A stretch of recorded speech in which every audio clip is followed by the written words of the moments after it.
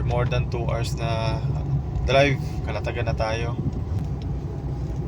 Ang first check-in ng Manuel Uy is 5:30. So, kukunin natin yung first check-in na 5:30. From 5:30 AM to 12 noon next day. So, total of 30 hours yun. So, malapit na tayo. 25 minutes, 16 kilometers, nandun na tayo. Ayun naman nakalagay Manuel Uy. Uy! Ayun sinasabi ko, sarado pa. 5:30 pa. Sarado pa po ang Manuel Uy. 5:30 pa ang bukas, alas 5 pa lang. Mahangin dito sa part na to, sa entrance pa lang. Ayan, sunrise 5:30, pasok na tayo ng Manuel Uy. Alright. Ayan, may konting rough road. Pag umuulan dito madulas.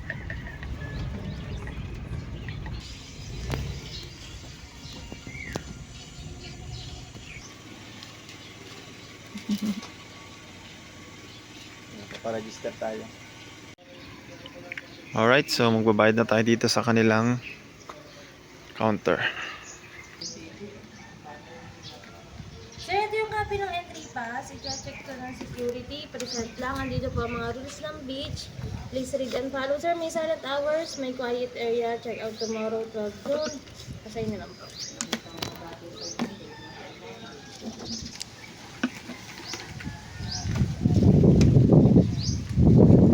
So total na binayaran natin is 1,920. Lahat-lahat na. Parking, tent pitching, entrance fee at kung ano-ano pa.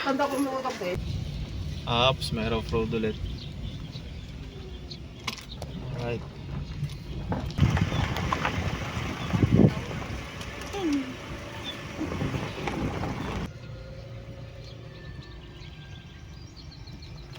Dami na.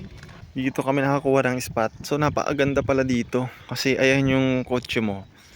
Ayan na yung camping spot. Hindi mo na kailangan na idikit pa yung kotse doon. Kasi nga syempre masisira kasi yung mga landscape dyan. So ayan ang ganda ng area na nakuha ko.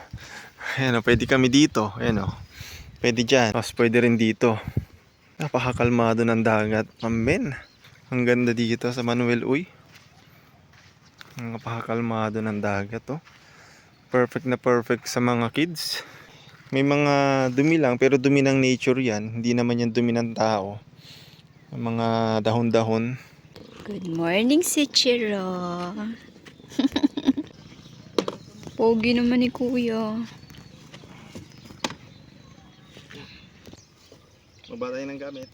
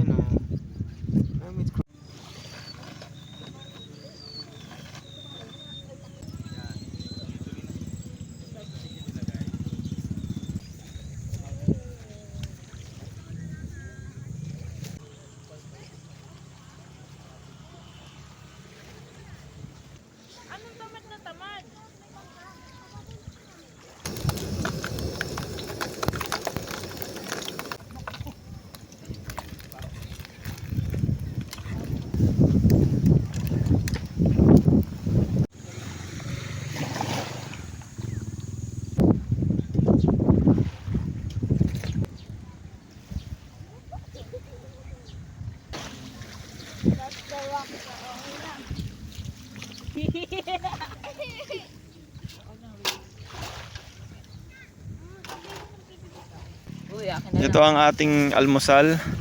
Very delicious. Must try. Ano masasabi mo sa lasa? Perfect. Perfect.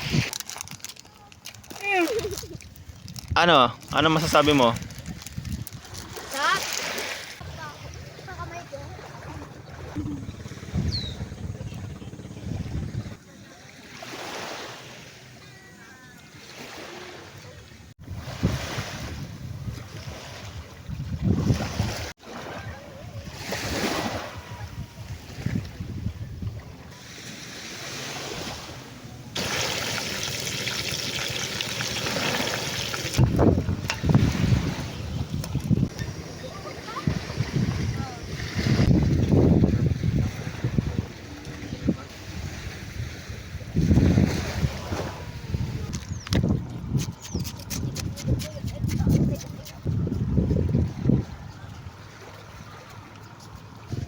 Alright.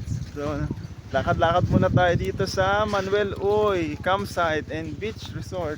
Ayan, so low tide na, no? Meron silang parang ano dito, boardwalk.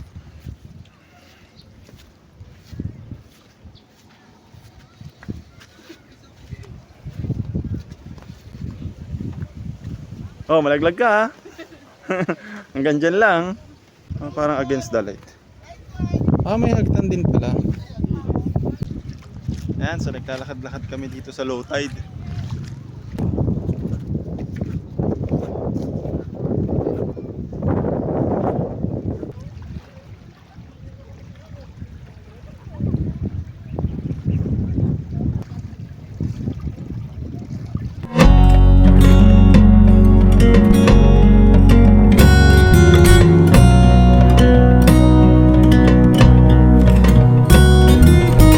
Malapit na ang lumubog ang araw. Konti na lang. O, naglagay na tayo ng ilaw natin dito, isa. So, pakita ko sa inyo itong itsura ng campsite dito. Ayan, may ilaw sila doon sa parang boardwalk. Tapos may mga ilaw naman dito. Tapos merong isa rito. Ilaw.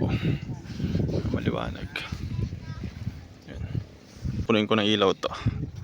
Lagay natin dito lahat ng ilaw natin.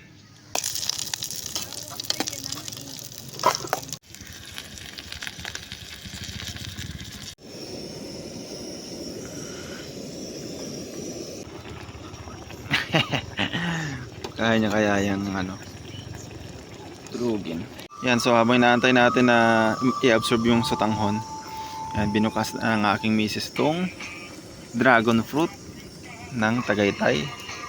Alright, so patikim nga.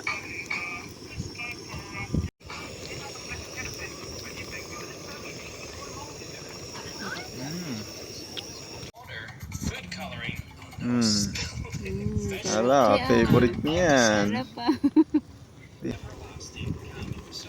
Iyon.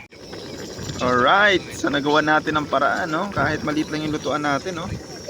Nagawa natin ang paraan. 4 na manok, may sotanghon, may konti pang sabaw. Alright.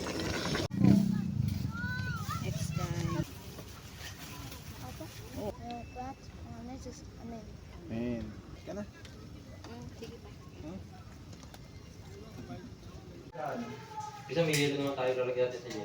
So ayan, flex ko lang yung aming camping setup with ano tayo, with canopy and tent, kasi para just in case umulan. Dito sa puno na ito, dito na ako nag setup ng aming pinaka dining area. Ayan, dito tayo naglagay ng mga ilaw. Ayan, oh. Pinagsasabitan natin siya ng ilaw kaya naging maganda siya tignan. Ayan, medyo magulo lang, no? Time check, it's 10. So tahimik, no? Kahit may mga katabi kaming campers hanggang dun, talagang bulungan lang, wala ka marinig na mga ingay. Kaya ngayon bumubulong lang din ako. Ang medyo na-disappoint lang ako sa lugar is yun nga, naglo-low tide siya pagka ganito gabi. Pero part of nature naman kasi talaga yan, naglo-low tide na yan. Wala naman tayong magagawa dyan. Pero yun nga, pagka umaga hanggang dito yung tubig malapit sa tent namin, kaya ang ganda. Maganda sana kung gabi may tubig pa rin dito para rinig mo yung agos ng tubig kapag ka matutulog ka. Ito pala yung huling niluto natin, yung barbecue doon sa grilling station nila. So yan, papakila lang natin yan. Tapos yun, matutulog na rin kami maya maya. Pahinga na rin at bukas ulit. Sana maging maganda panahon para makapagpalipad tayo ng drone. Alright? Good night guys, sunog na kami. Good night, good night. Good night. Oh, gising na yung panganay ko. Ayun, oh. Gising na. Oh, yung bunso naman ng tulog dun sa tent. So, kita-kits ulit tayo bukas.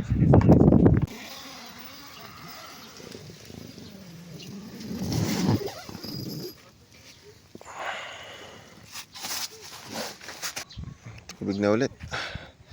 Good morning, good morning. May moon pa, oh. Sarap magkape. Yan, so good morning, good morning. Ayan. Dito tayo ngayon sa Manuel Uy. So kagigising natin. Napakaganda ng umaga dito. Ang ganda ng weather. Napakaganda ng mga ilaw natin. Hanggang ngayon, liwanag po. Oh. Talagang pang magdamagan yan.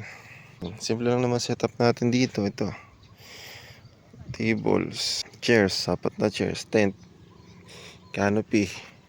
Padalaan na kami. Hindi pwedeng hindi ako maglalagyan ng ganito. Kasi bigla-bigla umuulan. Alam niyo naman sa Pinas, di mo mawari ang weather. Tapos ayun yung lutuan ko. Pang malakas ang lutuan.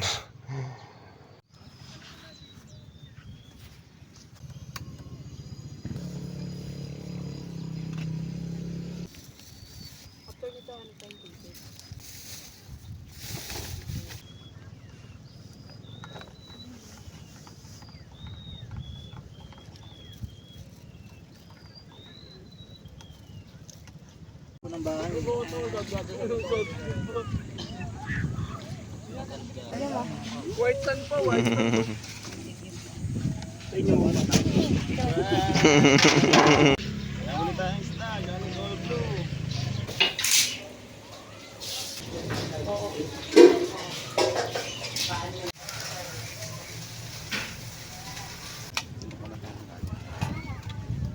Titikman na natin kung nahuli natin sa all blue na isda.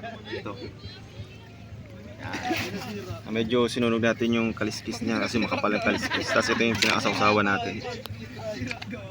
Sibuyas tsaka kamatis. So tara, tikman na natin. Maputi yung laman niya. Tikman natin. Ang dambot. Maano siya? Malinamnam, manamis-tamis. Iba talaga pag fresh. Samahan natin ng kamatis. Tsaka kanin.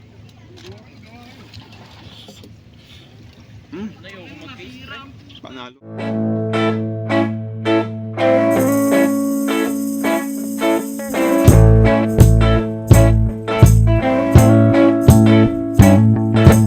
I don't wanna tie you up now. I don't wanna do the thing. I don't wanna have you, baby. I just wanna have a fling. I wanna go down, stay, kissing your feet, and you make me crazy. Yeah. Tell me what you wanna do. Give me everything you got. I just wanna try to get you in the mood. I just wanna hit your spot. I wanna get low. Wanna get low. I wanna go down, stay, kissing your feet, and you make me crazy. Ooh. I wanna go down, stay, kissing your feet, and you make me crazy.